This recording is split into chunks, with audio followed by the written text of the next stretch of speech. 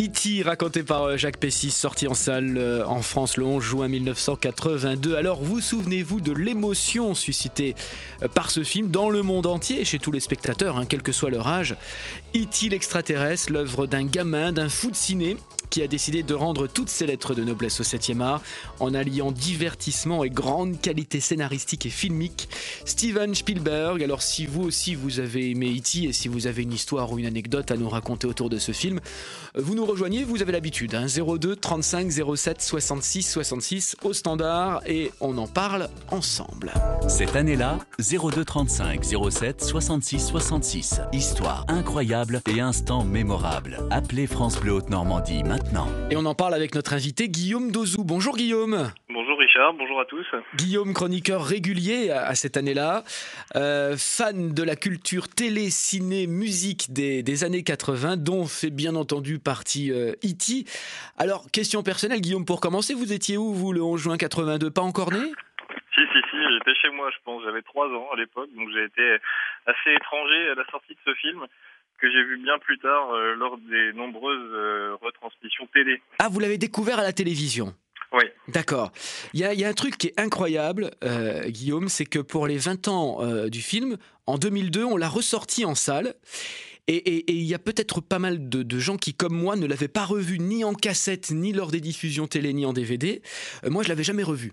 Je l'ai vu, j'ai dû le voir 20 fois quand il est sorti en 82. J'étais tout petit en 82, mais je l'ai vu quand même en salle. Et quand je l'ai revu 20 ans plus tard, en 2002, j'ai ressenti exactement les mêmes impressions et les mêmes émotions que quand je l'avais vu 20 ans plus tôt. Et je peux vous dire que c'est un truc incroyable à vivre.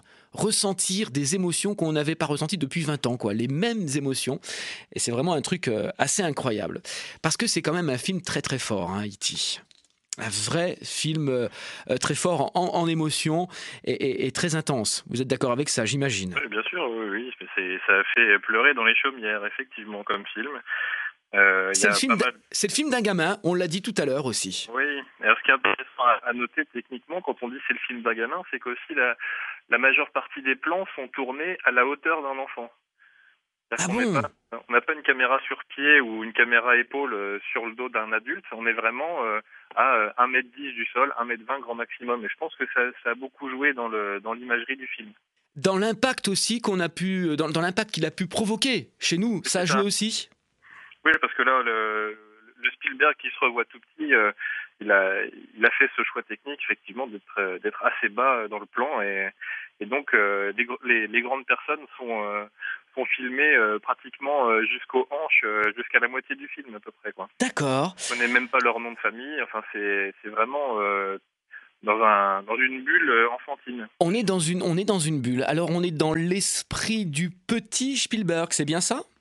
Oui, c'est ça, oui, effectivement. Il a il a eu une enfance difficile, mais bon, c'est un peu galvaudé maintenant comme terme, mais c'est vrai qu'il a eu quelques chocs familiaux, et on peut imaginer sans problème qu'il essaye de s'en sortir en faisant ce type de film. Il y a beaucoup de ces films qui sont très enfantins. Il a fait une version de Peter Pan, par exemple, en 91. Il voit aussi la guerre par les yeux d'un enfant également, avec un film dont j'ai oublié le nom. Voilà, c'était l'Empire du Soleil. Ouais, l'Empire du Soleil. Donc bon, c'est un thème qui revient régulièrement, les enfants dans la réalité des grands, quoi. Comment on peut expliquer un tel phénomène quand même ? Parce que, bon, le succès mondial, ça on l'a dit. En France, 9 millions de spectateurs quand même. Comment on peut expliquer un tel succès ? Par la qualité du scénario, des comédiens, de la mise en scène, même si vous en avez dit quelques mots tout à l'heure ?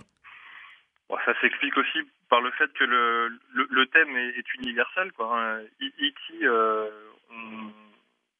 on va dire, on peut prendre parti que pour sa cause, finalement, quoi. C'est quelqu'un qui cherche rien de spécial en arrivant sur Terre, hein. Il est abandonné par ses pairs, hein. Il sort du vaisseau, il est abandonné. Bon, en plus, il est botaniste, donc on peut pas imaginer on va dire un a priori belliqueux ou un a priori sur les hommes en voyant E.T. Donc bon, pour lui, et je pense que pour tout le monde, on ne peut que facilement s'identifier on adhère. Ouais, on adhère. Est-ce qu'il y a des messages qu'il veut faire passer, Spielberg, à travers cette histoire et à travers ce personnage d'extraterrestre ?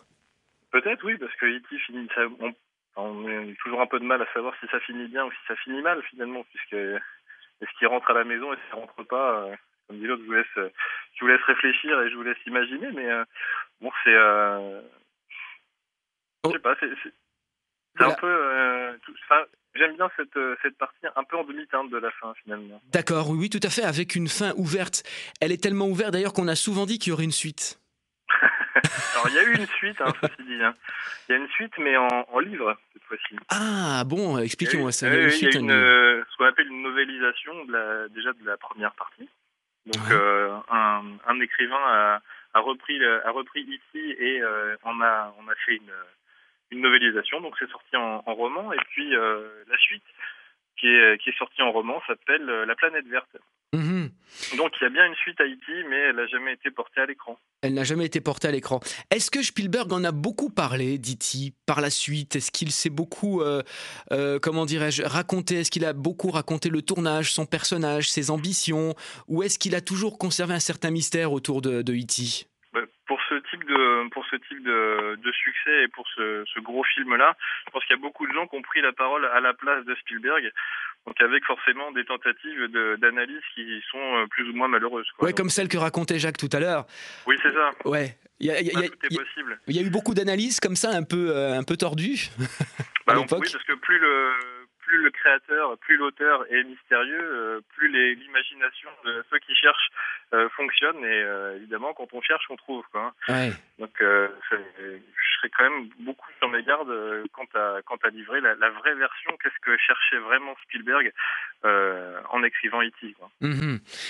On va s'interrompre quelques instants, Guillaume, et puis on va revenir pour continuer à parler d'E.T., mais également de Spielberg de façon générale, parce qu'il y a une carrière tellement exceptionnelle et il y a tellement de films, finalement, importants dans l'histoire du cinéma, que c'est très difficile d'en faire la liste et de nous arrêter sur chacun de ces films. On va peut-être essayer de s'arrêter sur 3 ou 4 films très importants de la carrière de Steven Spielberg. D'accord ? Pas de problème. Et puis on pourra parler des prochains aussi, puisqu'il y a de grosses choses qui arrivent pour les prochaines années. Il y a des projets intéressants, c'est vrai, j'ai cru voir ça ce matin en préparant cette émission. À tout de suite, Guillaume. À tout